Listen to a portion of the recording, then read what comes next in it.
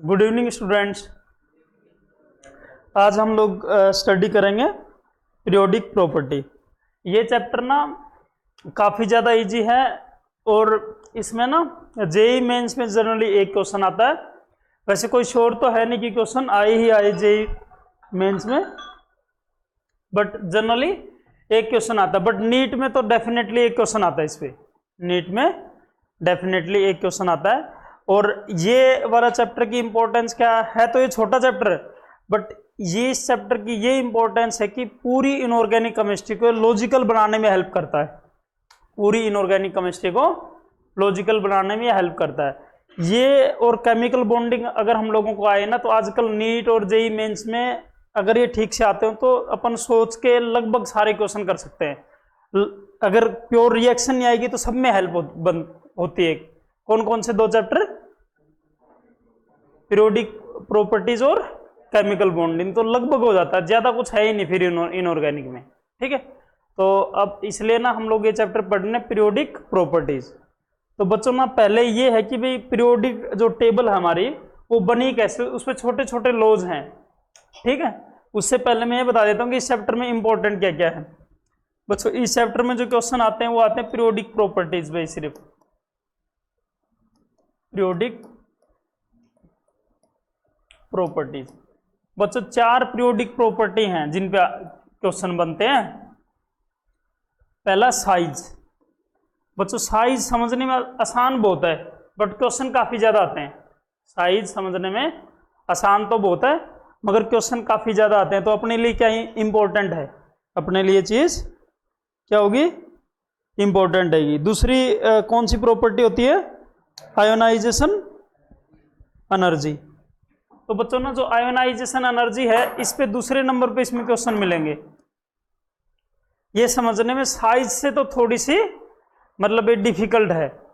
और फिर electron affinity, ये समझने में सबसे मुश्किल है इलेक्ट्रॉन एफिनिटी, बट इतने ज्यादा क्वेश्चन नहीं आते इस पे। इलेक्ट्रॉन एफिनिटी पे ज्यादा क्वेश्चन नहीं आते हैं। फिर बच्चों लास्ट है इलेक्ट्रोनेगेटिविटी। इसको काई से लिखते हैं ना, इलेक्ट्रोनेगेटिविटी। इलेक्ट्रोनेगेटिविटी समझने में साइज जैसी होती है, मतलब आसान है, बट इलेक्ट्रोनेगेटिविटी पे ज्यादा क्वेश्चन नहीं मिलेंगे। समझ रहे हैं ना आप लोग? तो इन 4 चीजों से ही लगभग क्वेश्चन आते हैं। ठीक है, अब पढ़ते हैं हम लोग। अब बच्चों जो इवोल्यूशन है हुई है मॉडर्न पीरियोडिक टेबल की, तो उसमें बहुत से साइंटिस्ट का योगदान है। इनके बारे में हम लोग एक एक लाइन पढ़ेंगे। इन पे जनरली क्वेश्चन नहीं आते हैं, इन पे जनरली क्वेश्चन आते नहीं, तो हम लोग बस एक एक लाइन पढ़ रहे हैं ताकि हम पूरा चैप्टर एक बार रिवाइज कर लें। तो बच्चों पहला क्या है कि एक इससे भी पहले था प्रोट्स हाइपोथेसिस। मैं उसमें नाम लिख रहा हूं, प्रोट्स हाइपोथेसिस। तो बच्चों ये साइंटिस्ट था, इसने क्या बोला कि जो सारे एलिमेंट होते हैं वो हाइड्रोजन के मल्टीपल होते हैं। इस साइंटिस्ट ने क्या बोला कि जो सारे एलिमेंट हैं, सारे एटम हैं, मैं बार बार ना एलिमेंट बोलूं या एटम बोलूं तो ये एक ही बात है। आप समझ रहे हो ना? कभी मेरे मुंह से एलिमेंट निकलेगा, कभी एटम ना, तो मैं एलिमेंट बोलूं या एटम बोलूं एक ही बात है। तो इसने क्या बोला कि जो सारे एटम्स हैं हाइड्रोजन के मिलके बने होते हैं, बट हमें पता है ये बात पूरी तरह तो अब सच नहीं है। तो ये बस इतना ही लो था। फिर एक साइंटिस्ट आया डोवेरिनर, उसने क्या बोला कि इसके जैसे नाम क्या, डोवेरिनर ट्राइएड्स। तो इसने क्या बोला कि जो मिडिल वाला एलिमेंट होता है वो एवरेज होता है फर्स्ट का और थर्ड का। समझ रहे हो ना? मिडिल वाला एलिमेंट क्या होता है, एवरेज होता है फर्स्ट का और थर्ड का। उसने कुछ एलिमेंट ऐसे लिए, लिथियम ले लिया, 3-4 उसने पेयर से इसको समझाया ना। अगर हम लोग ना इनका मास निकालेंगे, जैसे इसका 7 है, इसका 39 है, तो एवरेज कितना आएगा?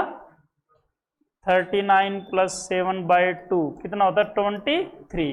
तो इसका भी 23 है। तो कुछ पेयर थोड़ा बहुत फॉलो करते हैं, बट पूरी तरह फॉलो नहीं करते हैं। तो ये वाला लॉ भी रिजेक्ट हो गया। फिर क्या आ गया? Newland law of octets. तो इसने क्या बोला, जो पहला एलिमेंट है और 8वां एलिमेंट है उसकी प्रॉपर्टी सिमिलर होती है। पहला एलिमेंट है और 8वां एलिमेंट उसकी प्रॉपर्टी सिमिलर होती है। तो एक्चुअल में ये वाला लॉ भी मतलब इसने काफी हद तक तो बताया। जैसे बच्चों ना वे लिथियम है, लिथियम के बाद क्या आता है? Beryllium, boron, carbon, nitrogen, oxygen, fluorine, ठीक है। उसके बाद सोडियम। अगर हम लोग इनकी काउंटिंग करें ऐसे, तो देखो काउंटिंग करें तो ऐसे हो जाएगा ना, 1 2 3 4 5 6 7 8। तो 1 और 8 की प्रॉपर्टी सिमिलर है। फिर सोडियम के बाद क्या आता है, मैग्नीशियम। तो 2 और 10 की प्रॉपर्टी सिमिलर है, ठीक है। बट एक्चुअली में पूरी तरह तो सही नहीं है, पूरी तरह तो सही नहीं। क्यों? क्योंकि नोबल गैस भी तो आती है, उसको तो इसने सोचा ही नहीं।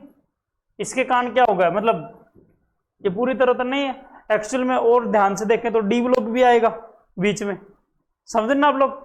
बट इसने इतना बोला कि फर्स्ट की और 8th की प्रॉपर्टी क्या होंगी, सिमिलर होंगी, बस इतना ही लो है।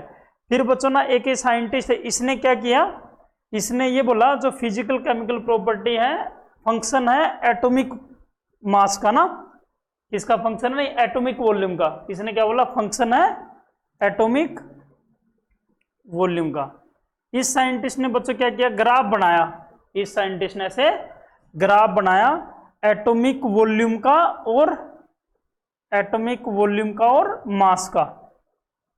और उस ग्राफ में इसने क्या नोटिस किया कि कोई एलिमेंट स्टार्ट होता है ना पीरियोडिक टेबल का, तो उसका मास ऐसे कम कम होते रहता है, ऐसे कम कम ऐसे। फिर नेक्स्ट पीरियड स्टार्ट होगा तो एकदम से इंक्रीज मिलेगा, फिर कम कम ऐसे। इसने ये नोटिस किया। ये बात समझ रहे हो आप? फिर आगे देखते हैं। फिर क्या ये मेंडलीव पीरियोडिक लॉ। तो मेंडलीव पीरियोडिक लॉ ये सबसे इसमें मेन है। तो इस साइंटिस्ट ने क्या बोला कि जो फिजिकल और केमिकल प्रॉपर्टीज होती हैं, पीरियोडिक फंक्शन होती है, देयर एटॉमिक मास, किसकी होती है, एटॉमिक मास। इसने किसके बारे में बताया, एटॉमिक मास। मतलब फिजिकल केमिकल प्रॉपर्टी किसका फंक्शन है, एटॉमिक मास। तो वैसे तो बच्चों ना जब 9th 10th में पढ़ते तो इसी पे काफी डिटेल में डिस्कशन करते हैं। अभी मैंने एक लाइन में बताया ना बस, किसका फंक्शन है, एटॉमिक मास का। अब इस पे थोड़े बहुत ये क्वेश्चन आ जाते हैं। जैसे अगर हम लोग ये पीरियोडिक टेबल देखें तो उस टाइम ना एल्यूमिनियम का पता नहीं था दुनिया में, नहीं गैलियम का नहीं पता था। एल्यूमिनियम का तो पता था, गैलियम का नहीं पता था। गैलियम का भी नहीं पता था, जर्मेनियम का भी नहीं पता था। तो इसने खाली जगह छोड़ दी थी। इसने क्या किया था, खाली जगह छोड़ दी थी और ये बोला था कि भाई इसका नाम रख दिया उसने ना, एल्यूमिनियम का नाम क्या रख दिया, एल्यूमिनियम, मतलब एल्यूमिनियम का नहीं, गैलियम का। गैल्यूमिनियम का उसने नाम लिख दिया इक्का सिलिकॉन। क्या नाम रखा, हाँ ये तो इक्का एल्यूमिनियम है, इसका नाम क्या रख दिया, इक्का एल्यूमिनियम। समझ में आ रहा है ना तुम्हें? ये बस याद रखना अपने को ना। एक सिलिकॉन के नीचे क्या है, जर्मेनियम। तो जर्मेनियम को क्या बोलते हैं इसने, ये याद रखना बस, और कुछ ज्यादा वो नहीं, ठीक है। अच्छा, इसमें भी काफी ड्रॉबैक्स थे, तो इसलिए फिर नेक्स्ट लो है, नेक्स्ट पीरियोडिक लो। तो बच्चों एक मोजली नाम का साइंटिस्ट था ये, तो इसने एक लॉ दिया था ना, A into Z minus B, ठीक है, A into Z minus B. तो इसमें मतलब क्या था, इसमें बच्चों जो फ्रीक्वेंसी है, मतलब एटॉमिक नंबर पे डिपेंड कर रही थी। जो एक्सरे की फ्रीक्वेंसी है किस पे डिपेंड कर रही थी, एटॉमिक नंबर पे ना। तो इसने और ज्यादा भाई दुनिया में इसके बारे में स्टडी, अब लॉ बन गया कि जो पीरियोडिक प्रॉपर्टीज होती है ना, या इसका जो मतलब प्रॉपर्टीज होती हैं physical and chemical, they are periodic function of their atomic number. किसका होती है, एटॉमिक नंबर। तो अब वाला मॉडर्न पीरियोडिक लॉ क्या कहता है, physical and chemical properties are periodic function of their atomic number. अब ये लो अभी तक कांस्टेंट है, समझ रहे ना। तो बच्चों फिजिकल केमिकल प्रॉपर्टी किसका पीरियोडिक फंक्शन होती है, एटॉमिक नंबर। अब जो हम लोगों ने पीरियोडिक टेबल बना रखी है एटॉमिक नंबर के हिसाब से बना रखी है, एटॉमिक नंबर के हिसाब से बना रखी है। जैसे फर्स्ट ग्रुप हो गया, ये सेकंड हो गया, ये थर्ड हो गया, ऐसे फोर्थ फिफ्थ, ये कितना हो जाएगा 13, ये लिखा हो ना, ऐसे पता लग रहा है क्या। और जो ये वाले नाम है ये मेंडलीव ने दिए थे, ये वाले सारे नाम मेंडलीव ने दिए थे, ठीक है, जैसे 1A 2A 3A 4 मतलब 3B 4B ऐसे ना, समझ रहे ना। ये वाले नाम किसने दिए थे? मेंडलीव ने। उसने, आप लोग ध्यान से देखोगे तो कुछ में ना एक से ज्यादा एलिमेंट भी रख दिए थे, इसको इसने जीरो ग्रुप बोल दिया था ना, ठीक है, 8 बल्कि जीरो ग्रुप भी लिखते हैं इसको ना, पता लग रहा है ना सबको। फिर अब देखते हैं हम लोग ना, अब बच्चों जो पीरियोडिक टेबल बनी है अब उसके बारे में थोड़ी सी ब्रीफ में इंफॉर्मेशन है कि भाई इसमें ना कितने पीरियड हैं। तो पीरियड क्या होती है? हॉरिजॉन्टल रो होती है ना, उनको पीरियड्स बोलते हैं।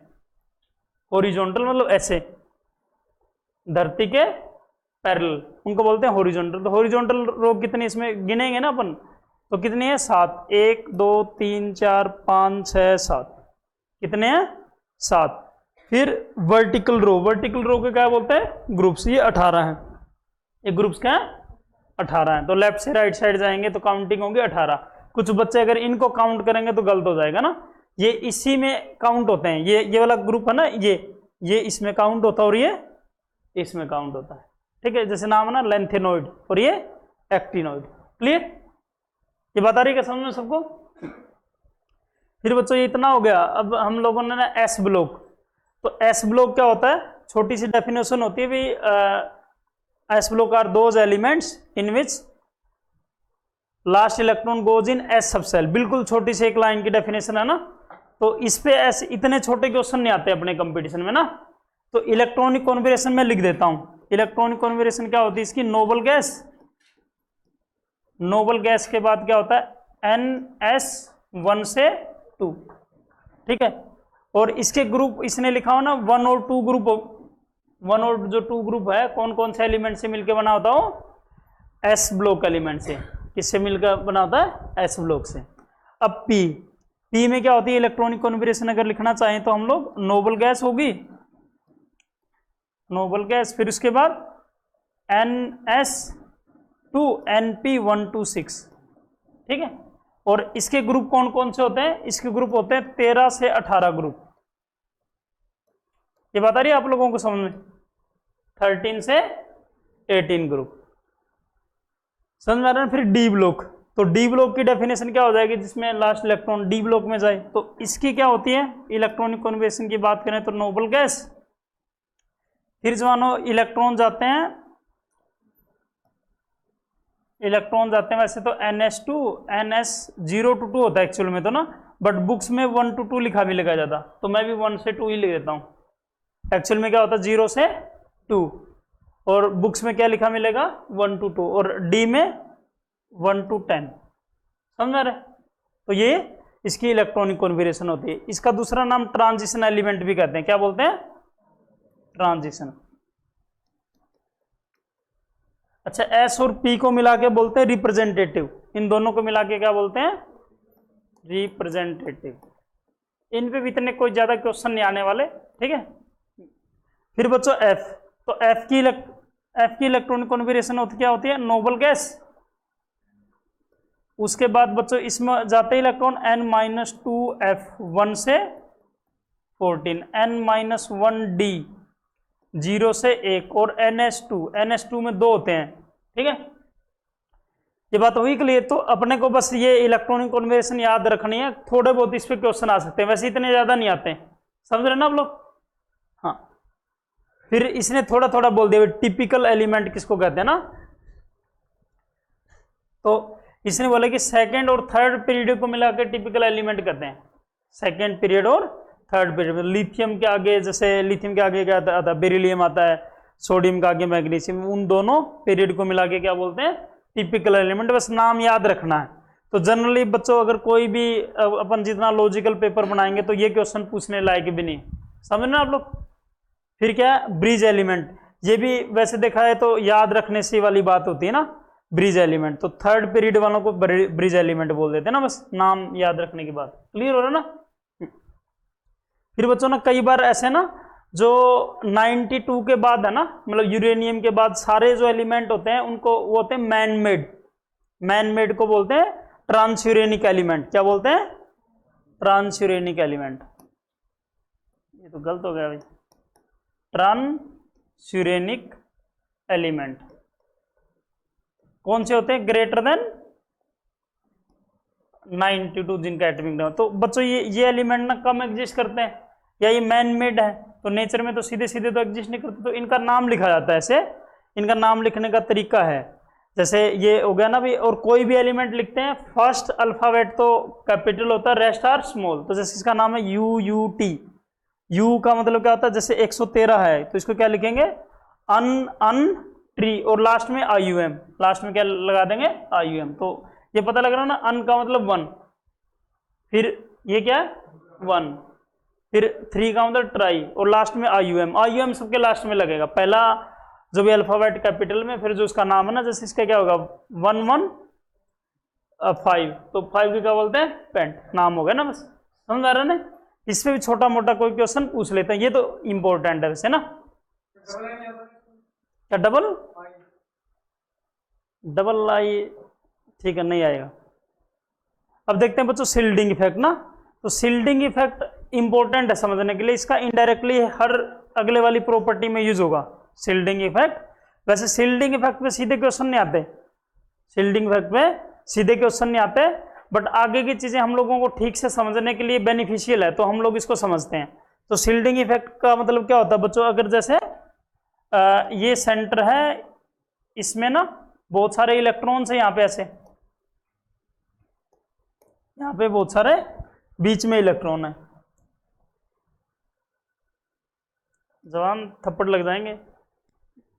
इसमें बहुत सारे इलेक्ट्रॉन है ना भाई, इसमें बच्चों जो इलेक्ट्रॉन है, तो अगर मान लेते हैं इलेक्ट्रॉन होते ही नहीं, अगर ये इलेक्ट्रॉन होते ही नहीं, तो ये इलेक्ट्रॉन इस और ये न्यूक्लियस, इनके बीच में काफी स्ट्रॉन्ग इलेक्ट्रोस्टैटिक फोर्स लगता ना।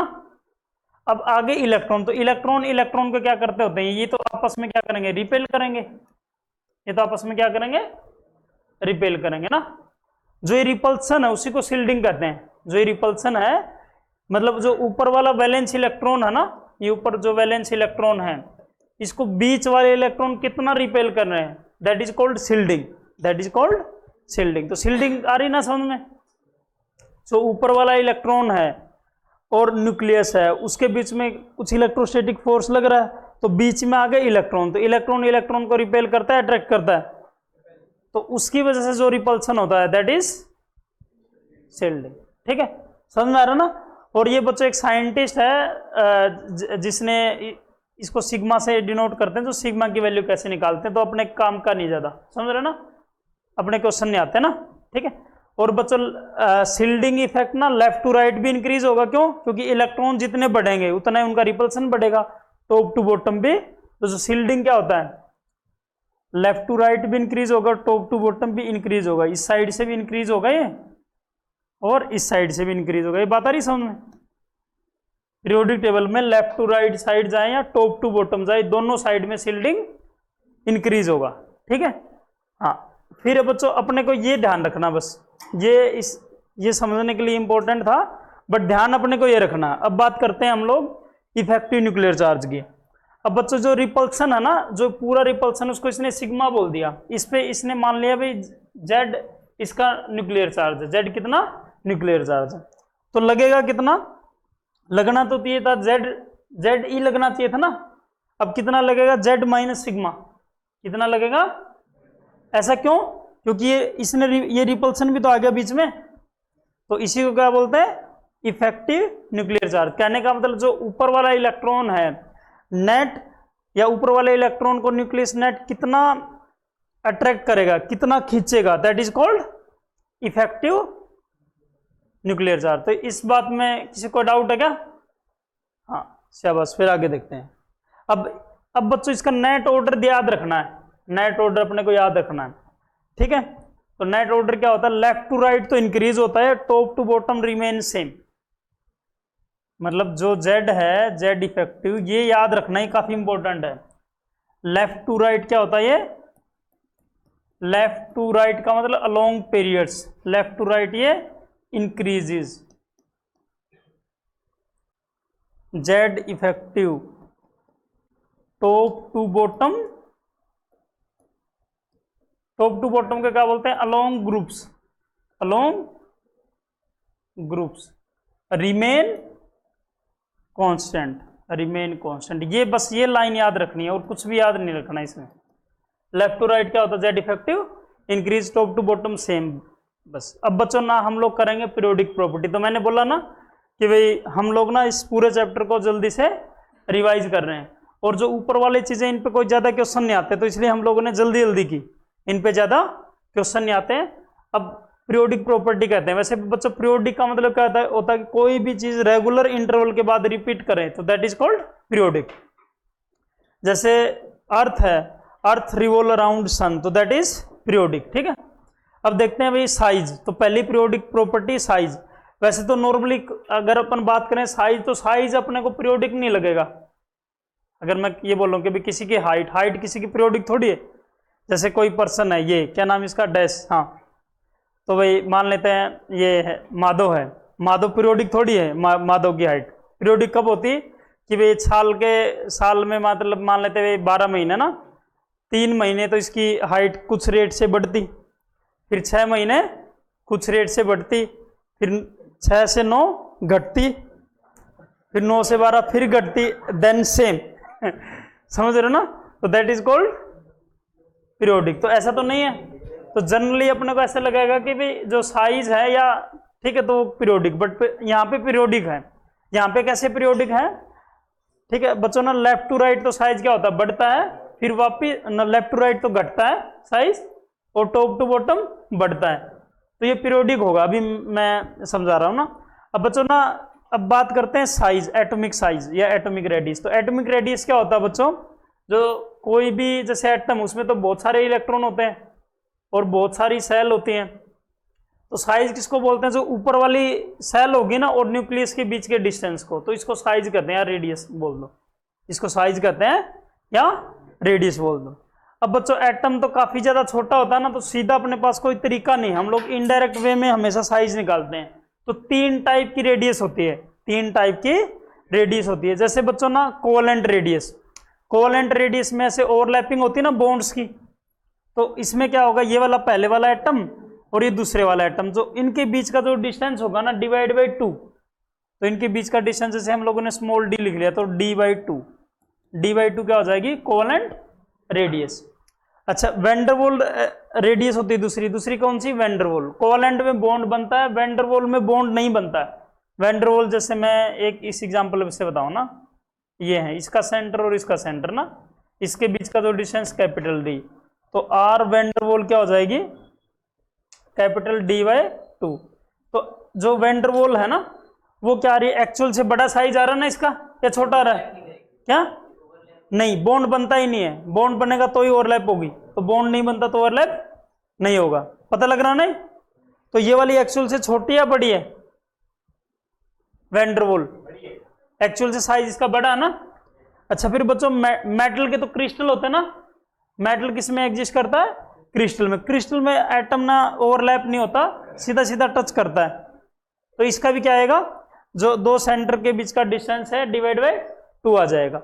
तो इसमें अगर देखेंगे ना हम लोग, ये कोवेलेंट तो एक्चुअल से छोटी, वैंडरवॉल एक्चुअल से बड़ी, और मेटलिक एक्चुअल के आसपास ना, तो इनके साइज का ऑर्डर क्या हो जाएगा, ये याद रखना बस। इसमें क्या होगा, वैंडरवॉल सबसे बड़ी, फिर मेटलिक रेडियस बीच की, और ये कोवेलेंट एक्चुअल से छोटी होती तो छोटी आएगी। ये बात पता लग रही है, हाँ। तो बस अपने को ये याद रखना और कुछ याद नहीं रखना ना, हाँ।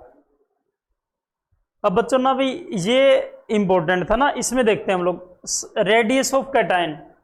तो बच्चों रेडियस ऑफ कैटायन ना always less than parent atom, बस ये बात, ये लाइन याद रखनी है, always less than parent atom. क्या होगा, always less than parent atom.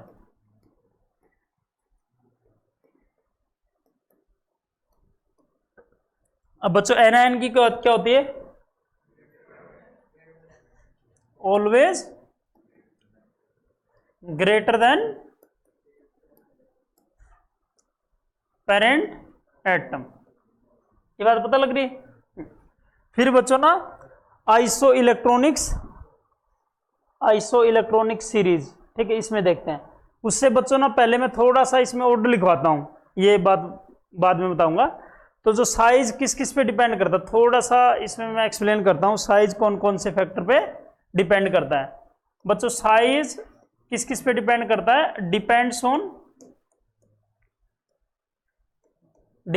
3 factor पे डिपेंड करता है।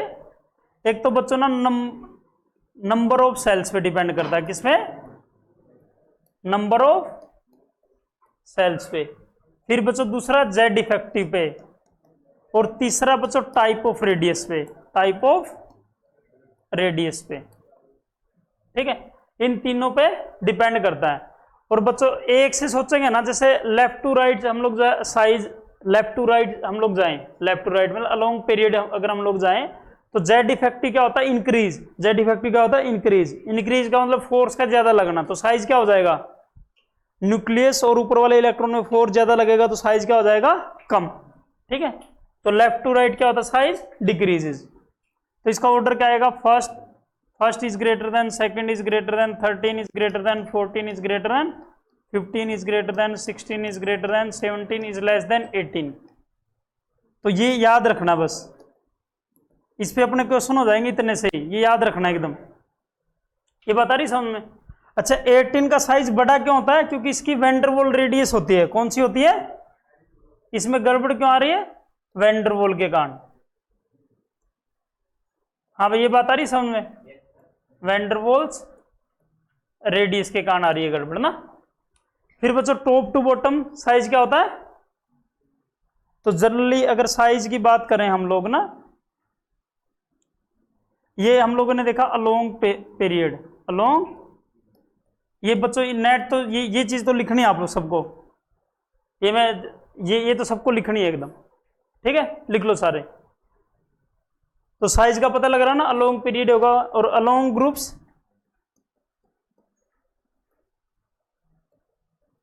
अलोंग ग्रुप बच्चों सेकंड इज लेस देन क्या होता है, third, third is less then fourth, fourth is less then fifth, fifth is less then sixth, is less then seventh. और इसमें बच्चों एक एक्सेप्शन है, वो रट लेंगे हम लोग। एक ही एक्सेप्शन है, कौन सी एक्सेप्शन है, aluminium is greater then gallium. इसका रीजन होता है डी ब्लॉक कॉन्ट्रैक्शन। क्या रीजन है, ये रट लेंगे, बस इतना हो गया ना। ये नेट पूरा लिखना आप लोगों को, लिख लो, ये समझ में आ रहा क्या बच्चों ना। एल्यूमिनियम का साइज बड़ा होता है गैलियम से, वैसे तो छोटा होना चाहिए ना। अगर मैं आप लोगों को पीरियोडिक टेबल दिखाऊं तो एल्यूमिनियम के नीचे आता है ना गैलियम, तो ये बताइएगा समझ में। हाँ, फिर बच्चों अभी मैंने क्या बताया था, इसमें कैटायन का साइज हमेशा छोटा होता है पेरेंट एटम से, एनायन का साइज हमेशा बड़ा होता है। और आइसो इलेक्ट्रॉनिक का मतलब क्या होता है, जिसमें सेम टोटल इलेक्ट्रॉन हो, सेम टोटल इलेक्ट्रॉन हो, उसको आइसो इलेक्ट्रॉनिक कहते हैं।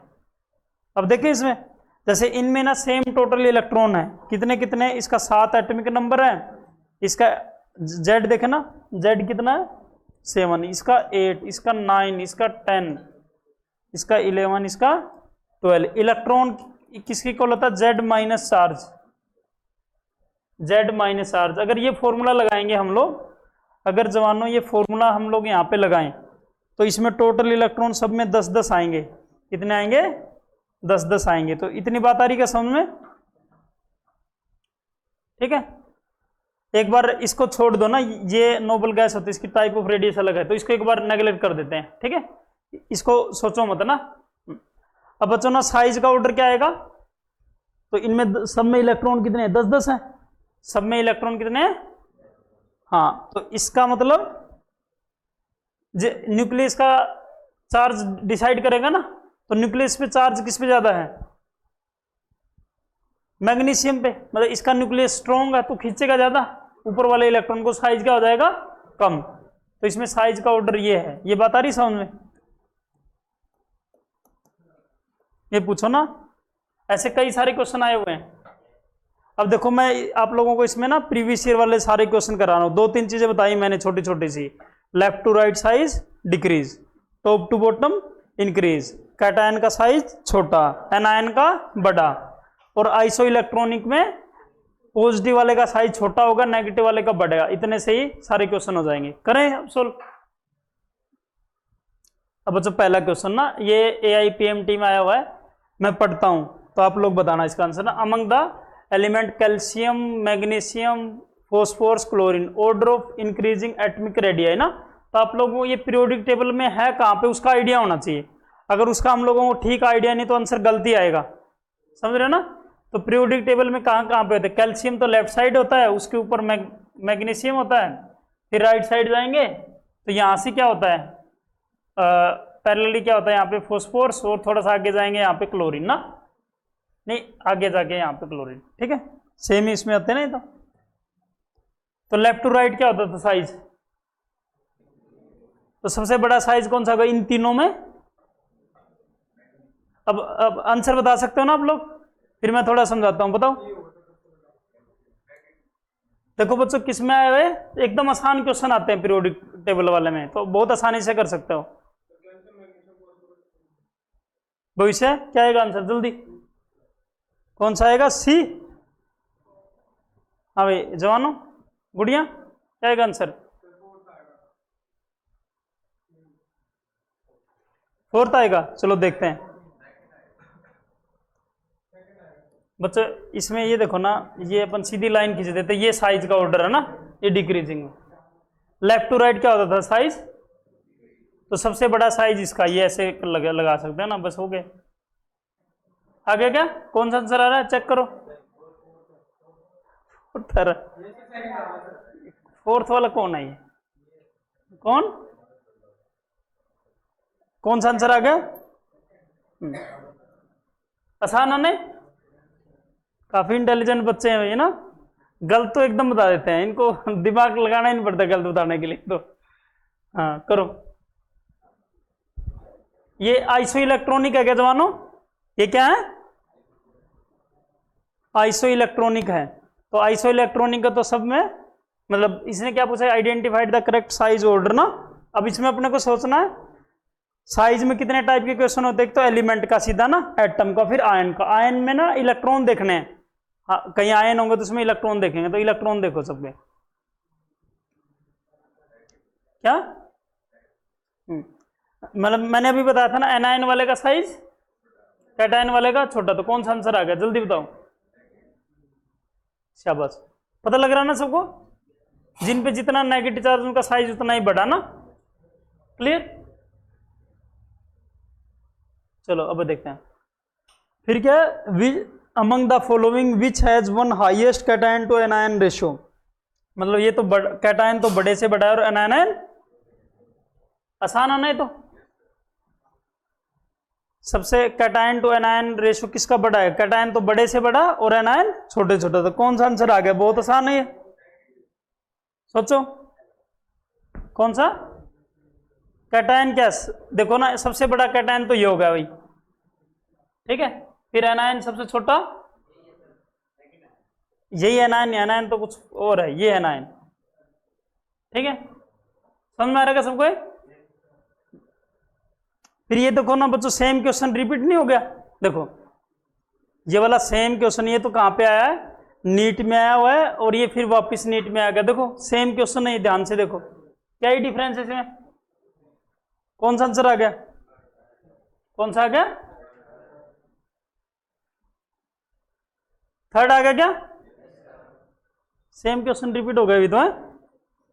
फिर देखो ये भी लगभग आसपास है, अभी मैंने करवाया था ये, इसमें क्या पूछा इसने, विच of the following order of ionic radii is correctly, क्या लिखा हुआ, रिप्रेजेंटेड, बताओ कौन सा सही है, आंसर बताओ जल्दी से, ये पेन खाने वाले बच्चे, कौन सा फर्स्ट है, ये नेगेटिव है ये पॉजिटिव है, ये फर्स्ट तो गलत होगा ना जवानों, क्योंकि कैटायन का साइज छोटा होता है, ये तो वैसे ही गलत दे रखा ना, एनायन का साइज बड़ा होता है, तो कौन सा आ गया, फोर्थ भी गलत है ना, तो थर्ड सही है, क्लियर, आसान होने कर लोगे ना सारे। अब देखो ये किस में आया हुआ है, AIPMT में भी ना, ये भी सेम क्वेश्चन रिपीट नहीं होगा? सेम ही क्वेश्चन है ना, या अलग लग रहा है आप लोगों को? तो क्या कह रहा है जवानों तुम्हारा छोटा दिमाग? क्या कह रहा है?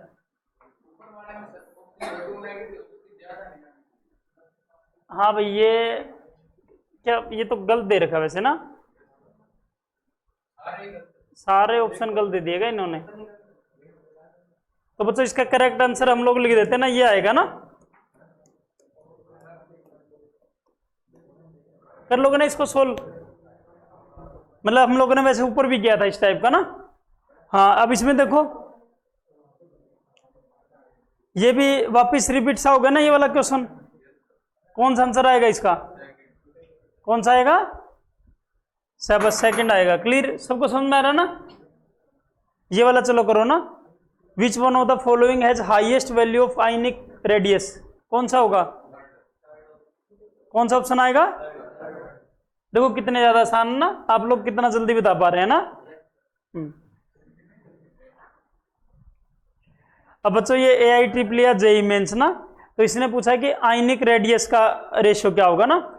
तो अगर बच्चों कंफ्यूजन हो तो लिखो पीरियोडिक टेबल में कहां पे है, पीरियोडिक टेबल में कहां पे। अगर ऐसा कोई इधर उधर पीरियड के आ जाए तो पीरियोडिक टेबल में लिख लो। ये लिथियम है, लिथियम के नीचे सोडियम होता है, सोडियम ये बेरिलियम और ये मैग्नीशियम।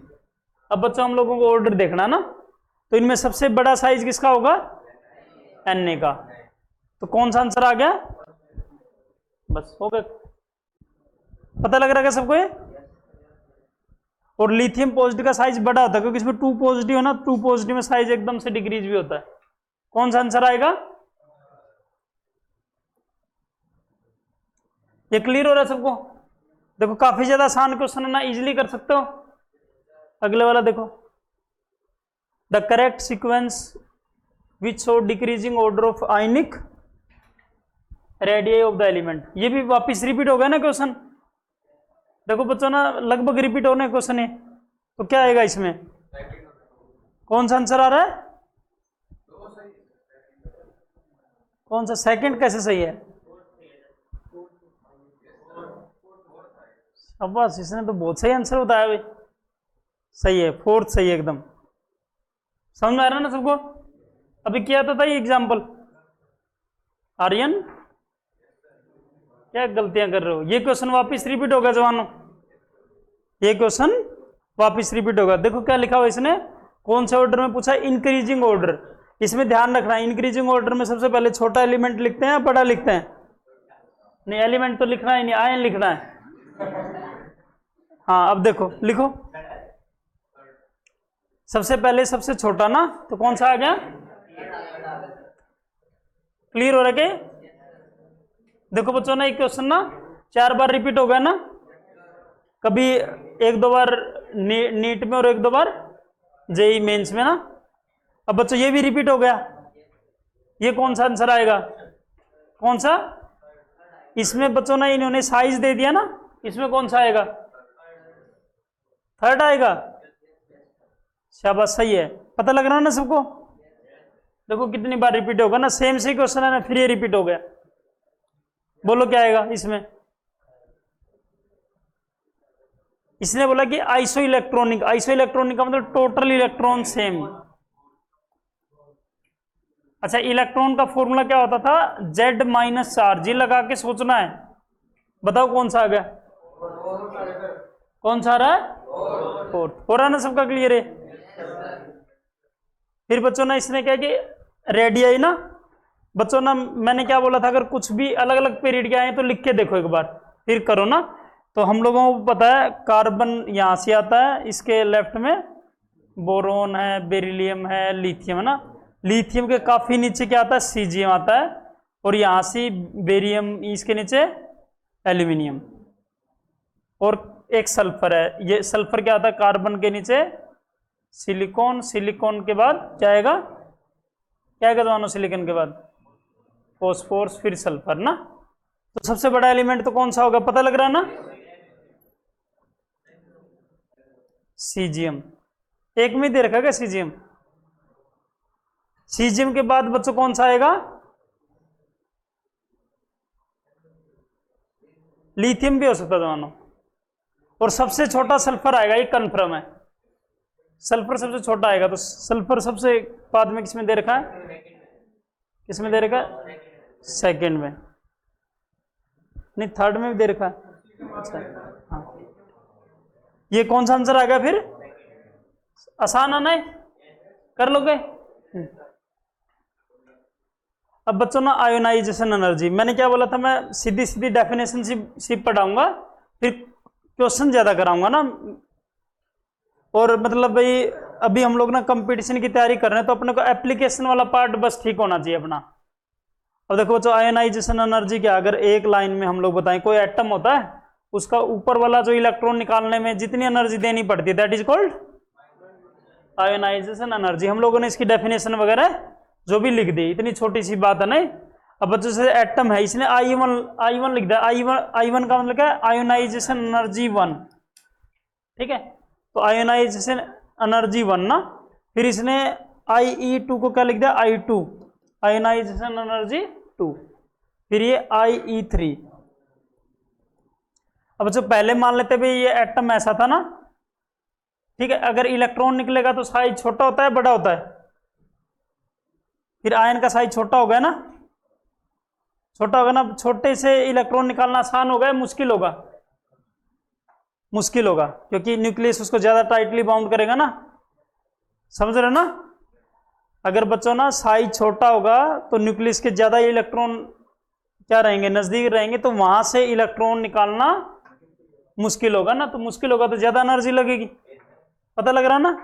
तो बच्चों ये ना आयोनाइजेशन एनर्जी का ऑर्डर क्या आएगा, IE1 is less then IE2, ये इंपॉर्टेंट है, is less then IE3 is less then I4, तो ये इंपॉर्टेंट है, पता लग रहा है सबको।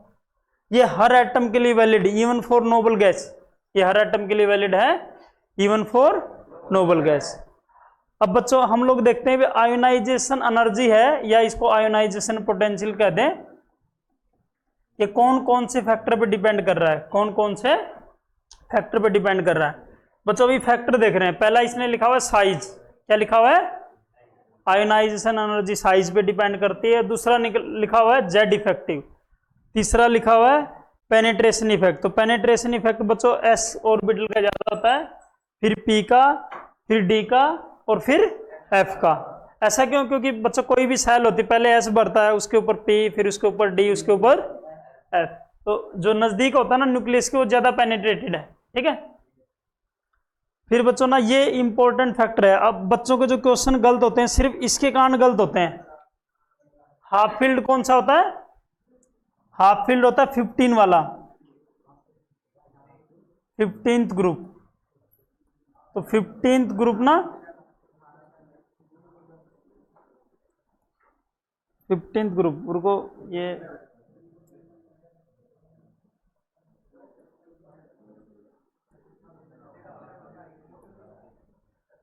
तुम बाहर जाओ, अभिनव भाग भाग जाओ।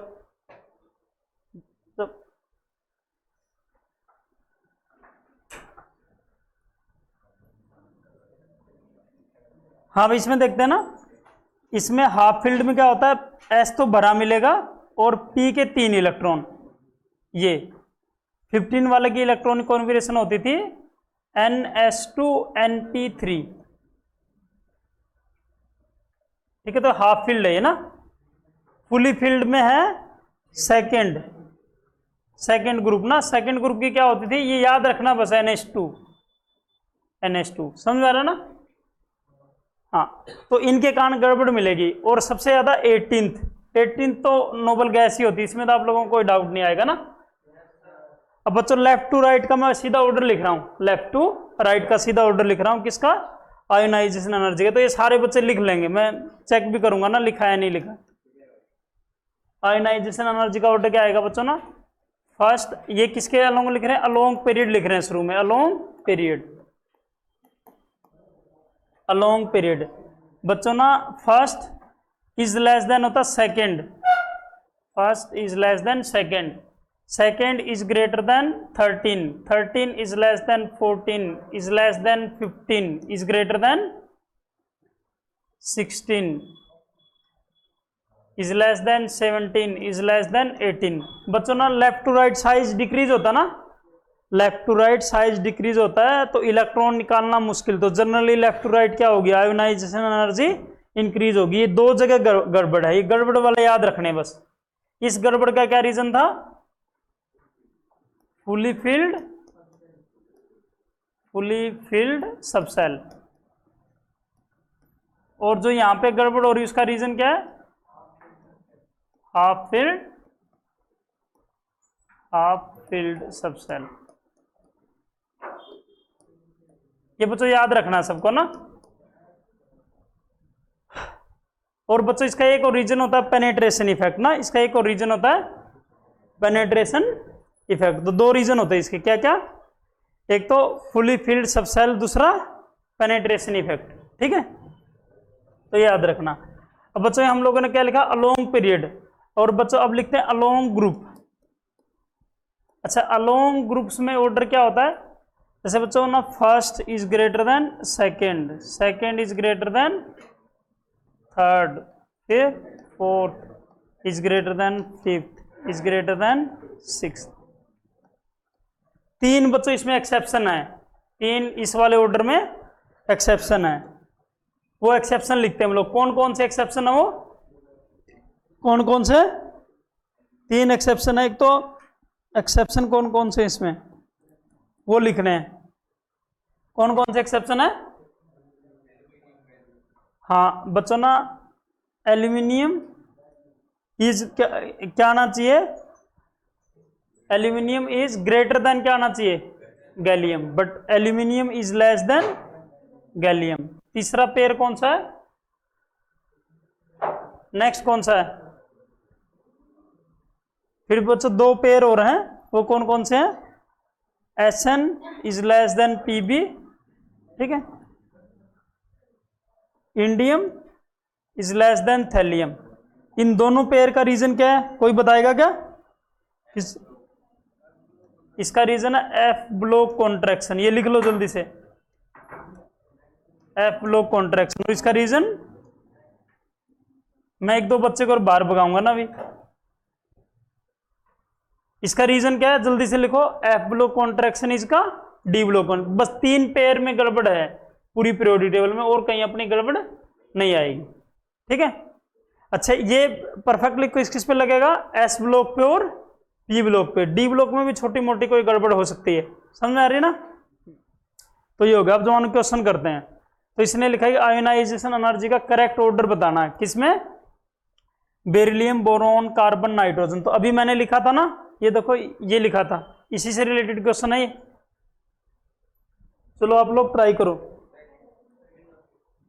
कौन सा आंसर आ गया, सेकंड। अब देखो ना बच्चों, इसका ग्रुप कौन सा था, इसका था 13, इसका सेकंड, इसका 14, इसका 16, इसका 15। तो 15 ज्यादा था ना 16 से, और यहां पे सेकंड ज्यादा था 13 से, तो कौन सा आंसर आ गया, सेकंड। क्लियर हो रहा है सबको, आसान है ना काफी, मतलब आप लोगों को ये लाइन और ये लाइन याद रखनी है। तो अभी तक अपने सारे क्वेश्चन हो रहे हैं ना। नेक्स्ट देखते हैं, किसी ने पूछा है कि किसकी लोवेस्ट एंथैल्पी होगी, लोवेस्ट आयोनाइजेशन एनर्जी किसकी होगी, इनके ग्रुप लिखो तब आइडिया आएगा। लिखो इनके ग्रुप क्या क्या आ रहे हैं, कौन सा आंसर आ रहा है, लोवेस्ट पूछी इसने, लोवेस्ट कौन सा आ रहा है,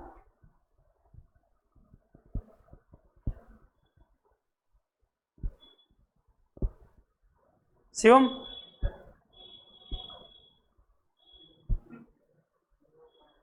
ये कौन से ग्रुप का है,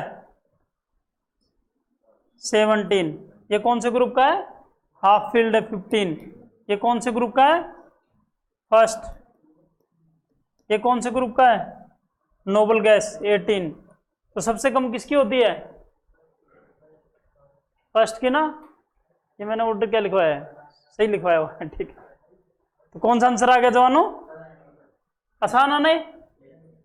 नेक्स्ट देखो, अमंग द फॉलोइंग एलिमेंट, और इन्होंने इलेक्ट्रॉनिक कॉन्फिगरेशन दे रखी। तो ये पूछने बचा कि आयोनाइजेशन एनर्जी मैक्सिमम किसकी होगी, पहले वाले में लोवेस्ट पूछा होता, इसमें मैक्सिमम। तो क्या करेंगे हम लोग, इनके ग्रुप लिख लेंगे, क्या लिख लेंगे, ग्रुप लिखो। इसका ग्रुप क्या आ रहा है भाई,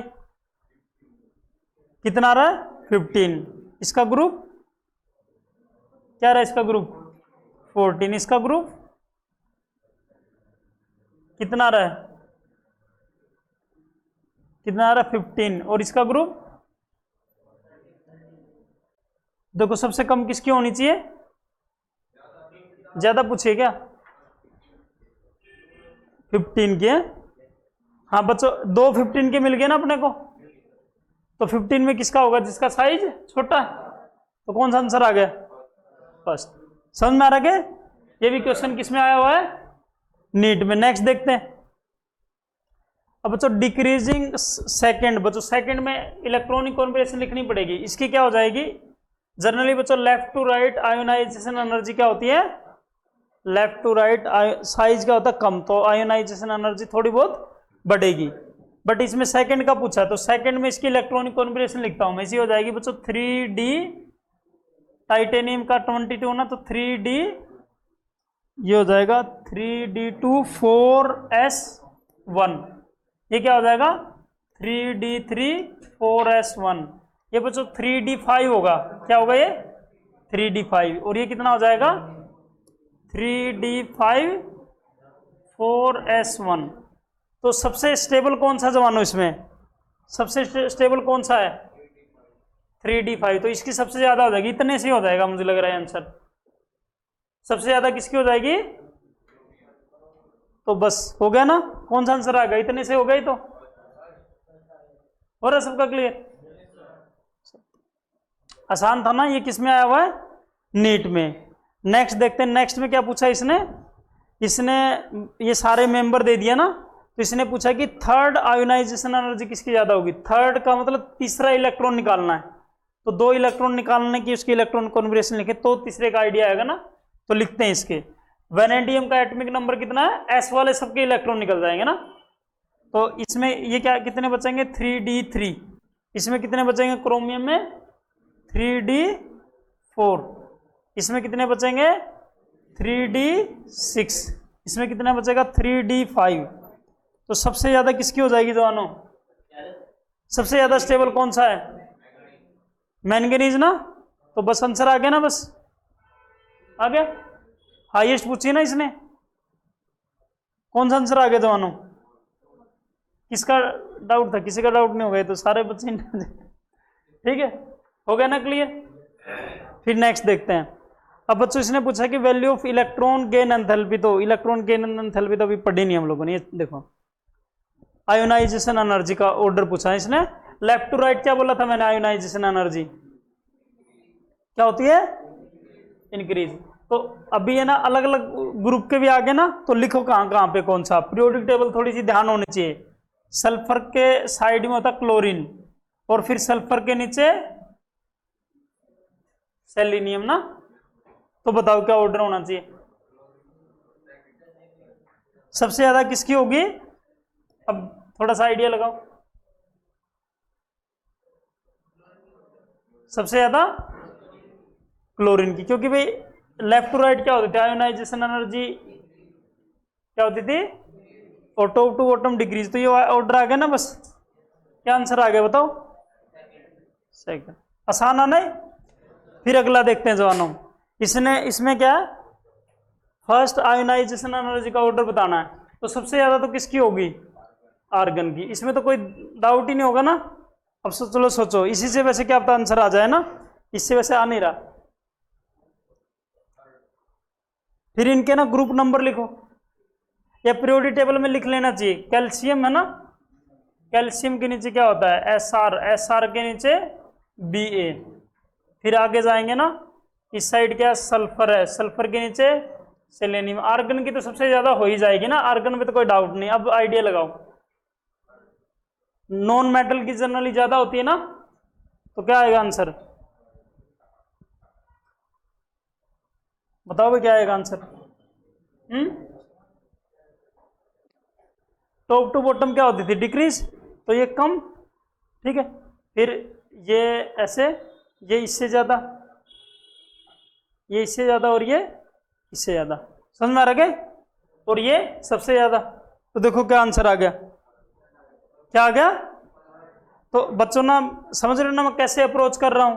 तो कहीं भी अगर कंफ्यूजन हो तो सीधा मत करो, एक बार देखो कि पीरियोडिक टेबल में वो है कहां पे, तभी करना क्वेश्चन।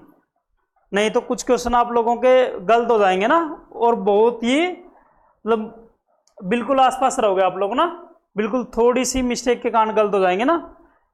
ये देखते हैं, ये देखो, which of the following atom has highest ionization energy. ये देखो आईआईटी में आया हुआ ना, जेई मेंस, मतलब जेई मेंस में आया हुआ ना, बताओ कौन सा होगा? हाईएस्ट पूछिए ना बच्चों। एस ब्लॉक वालों की कम होती है ज्यादा होती है? ये तो सारे एस ब्लॉक के हैं, कौन सा आंसर बच गया? थर्ड। आसान होना है, इसमें कोई डाउट है कि किसी का? हाँ, क्लियर।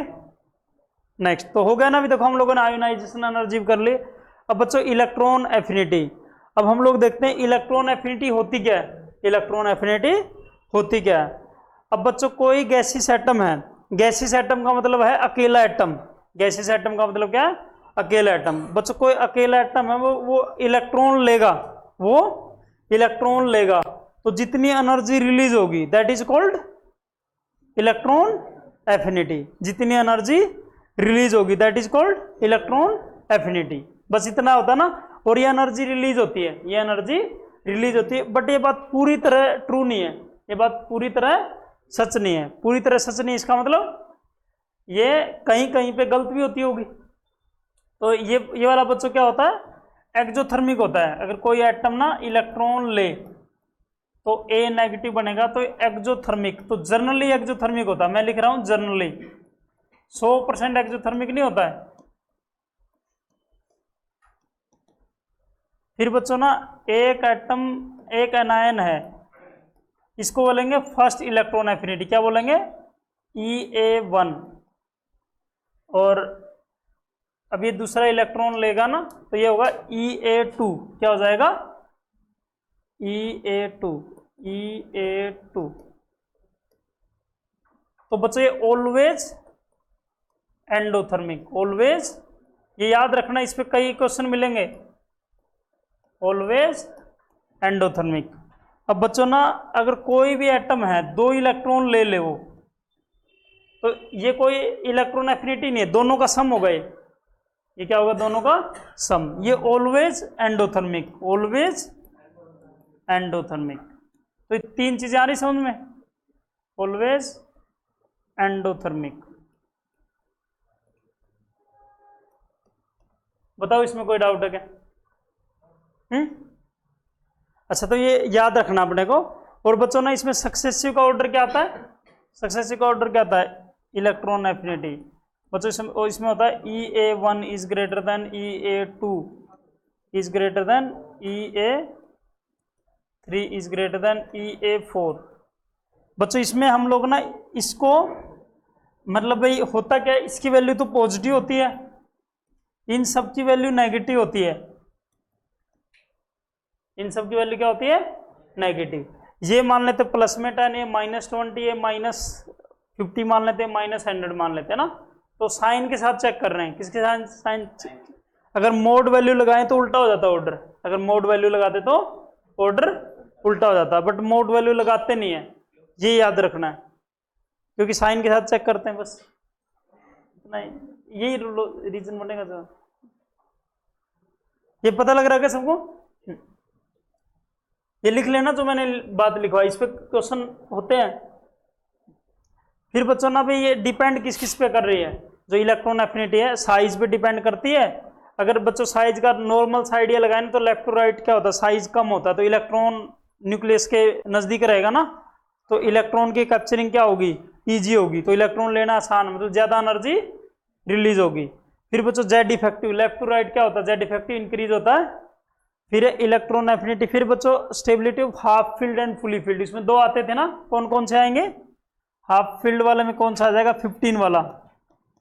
15 वाले में याद है ना, ऐसे होते थे ना इसकी इलेक्ट्रॉनिक कॉन्फिगरेशन, क्या होती थी जवानों? NS2 NP3। इसमें दोनों आएंगे, सेकेंड प्लस 18, सेकेंड प्लस 18। ठीक है जवानों, ये काफी गड़बड़ करेंगे, ये काफी गड़बड़ करेंगे। तो अब मैं नेट ऑर्डर लिखवा रहा हूं, नेट ऑर्डर लिखवा रहा हूं, तो वो काफी इंपॉर्टेंट है। अलोंग बच्चों में पीरियड लिखवा रहा हूं, अलोंग पीरियड। तो अलोंग पीरियड क्या आएगा, ई ए का ऑर्डर बच्चों क्या होगा भाई, सबसे ज्यादा होगी 17 की, फिर 16 की, फिर बच्चों 14 is greater than 13 is greater then first is greater then first is greater then 15 is greater then second is greater then 18th। इन सबकी गड़बड़ का रीजन क्या है बताओ, इन सबकी गड़बड़ का रीजन क्या है, ये कौन सा लिखा मैंने 15 का रीजन क्या था, हाफ फिल्ड, इसका रीजन फुली फिल्ड, और ये तो नोबल गैस ही होगी। समझ में आ रहा है सबको, रीजन भी लिखना है, ये काफी कंफ्यूजिंग आप लोगों के लिए, समझ में आ रहा है ना, ये ऑर्डर याद रखना है। फिर बच्चों अलोंग ग्रुप्स, अलोंग, अब देखते हैं अलोंग ग्रुप्स। अगर बच्चों अलोंग ग्रुप्स की बात करें ना भाई, सेकंड में गड़बड़ मिलती है, सेकंड पीरियड में गड़बड़ मिलती है, तो सेकंड को मैं लिख ही नहीं रहा अभी ना, तो इसमें क्या होता है, third is greater then fourth is greater than fifth is greater than sixth. Second बच्चों रैंडमली कहीं कहीं आएगा, सेकंड क्या आएगा, रैंडमली कहीं कहीं आएगा। और इलेक्ट्रॉन एफिनिटी में गड़बड़ थोड़ी ज्यादा होती है, जैसे मैं दो ऑर्डर लिखता हूं जिन पे एग्जाम में ज्यादा क्वेश्चन आते हैं ना, पीरियड 17 लिख दिए क्या, कितने पीरियड, तो 18 होते नहीं है, कितने हो गए, 4 और 4 8, ठीक तो है।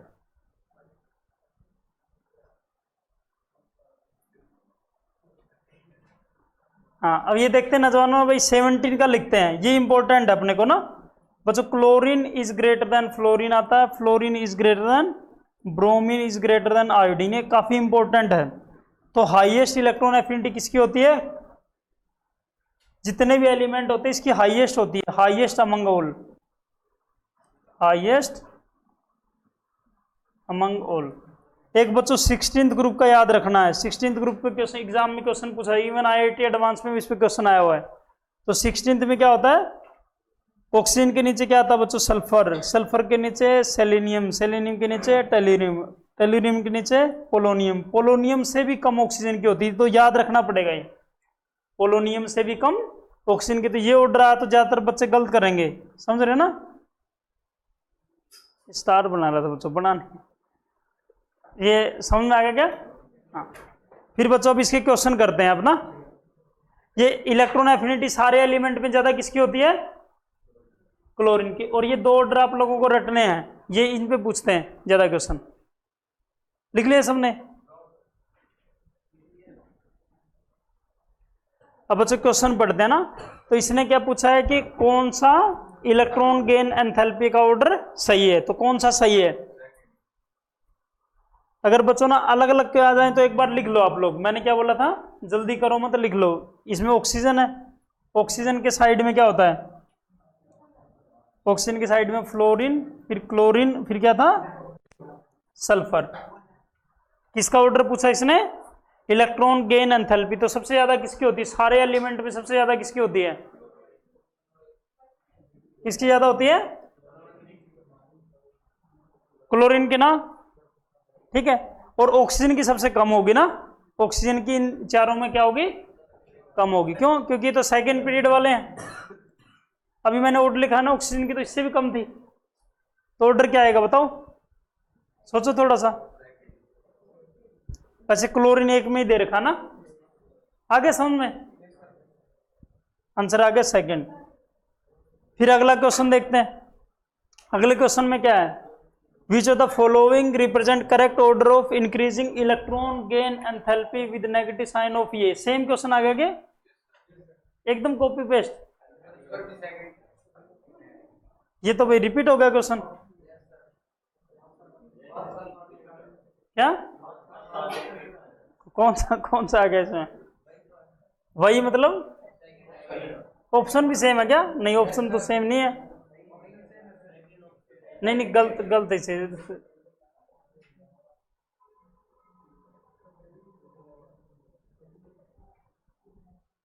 इंक्रीजिंग इलेक्ट्रॉन गेन एंथैल्पी, ठीक है, सही है जी, ये वाला ऑप्शन ना सही है, ये सेम ही तो है, समझ आ रहा ना। फिर बच्चों अगला देखो, इसने क्या लिखा? First electron gain enthalpy of oxygen is minus, कितनी लिखी इसने? -141 किलो जूल पर मोल। सेकेंड इलेक्ट्रॉन गेन एंथैल्पी क्या होगी, उसके बारे में इसने ना अपने को स्टेटमेंट पढ़ के आइडिया लगाना, स्टेटमेंट पढ़ के आइडिया लगाना। तो पहले क्या बोला इसने? Almost same that of first, ये बात सही है? ये तो वैसे ही गलत है। फिर क्या? नेगेटिव बट लेस नेगेटिव, ये बोला कि नेगेटिव बस लेस नेगेटिव। दूसरा क्या है कि more negative value than first, ये ज्यादा सही है ना, more negative value than first. कौन सा आंसर आएगा? नहीं, इसने बोला कि इलेक्ट्रॉन गेन एंथैल्पी। बच्चों इसने एक्सोथर्मिक मान रखा नहीं, तो दूसरे का तो साइन चेंज होगा, साइन क्या होगा? तो कौन सा आंसर आएगा? फोर्थ आएगा। समझ में आ रहा है क्या? इसने डेल्टा एच दे दिया ना, तो पहले वाला मैंने क्या बताया था, देखो पीछे भी समझाया था, याद आ रहा क्या? ये समझाया था, पहला एक्सोथर्मिक, बाद वाला एंडोथर्मिक। फिर ये क्वेश्चन नहीं है। अब बच्चों इलेक्ट्रोनेगेटिविटी,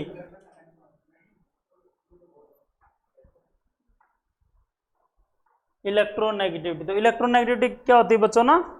इलेक्ट्रोनेगेटिविटी होती है अगर कहीं बॉन्ड बने ना, कहीं भी मान लेते ए और बी के बीच में बॉन्ड बन रहा है, तो इलेक्ट्रोनेगेटिविटी क्या होती है कि जो इसको बोलते हैं शेयर्ड पेयर, इसको क्या बोलते हैं?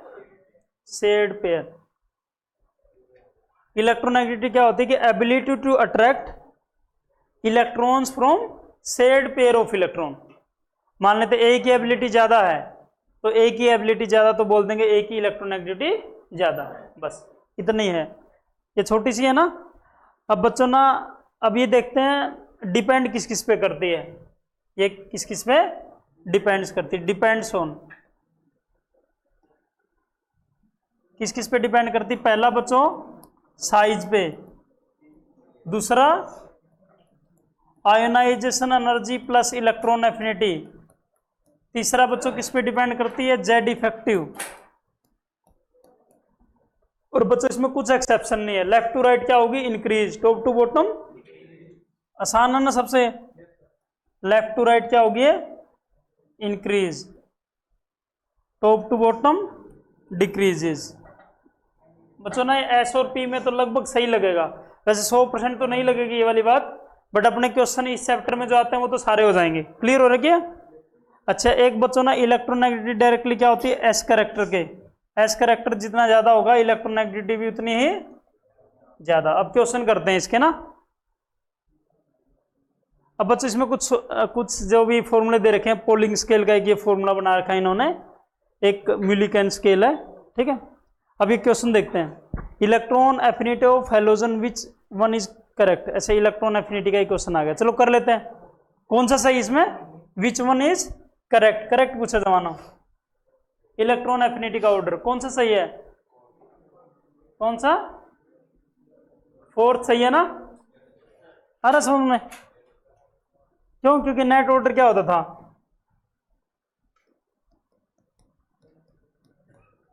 हो गया क्लियर? अब बच्चों बस थोड़े से 2-3 क्वेश्चन रह गए ना बस। अच्छा, इसमें इलेक्ट्रोनेगेटिविटी का ऑर्डर अभी तो बताया, कौन सा आएगा?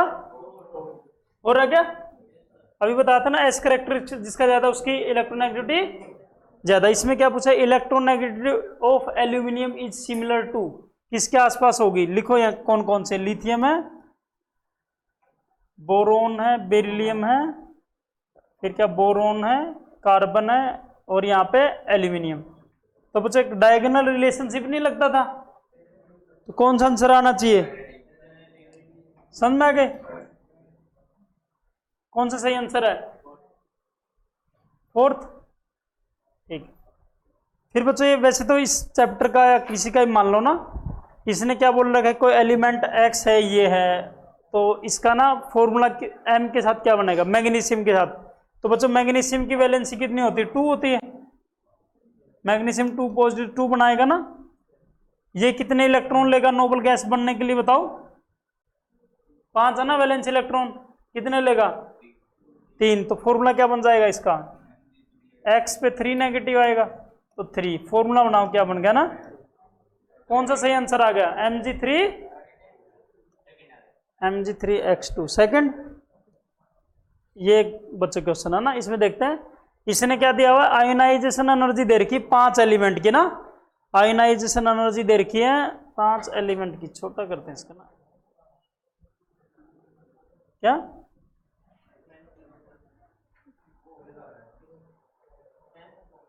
क्या पेंसिल वाला ये,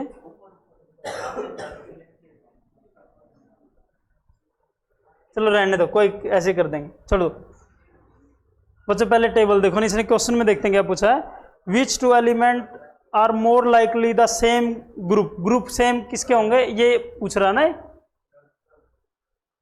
चलो बच्चों कर लेंगे अलग अलग पेज, बस हो गया तो। हाँ चलो बच्चों बता दिया ना इसमें सारी चीजें कैसी हैं, तो आप लोग इसको ठीक से प्रैक्टिस करो, आप लोग बहुत तुम्हारा इसमें बेनिफिट होगा, लगभग सारे क्वेश्चन हो जाएंगे, कर लोगे ना, मैंने लगभग सारे क्वेश्चन करवा दिए, ठीक है।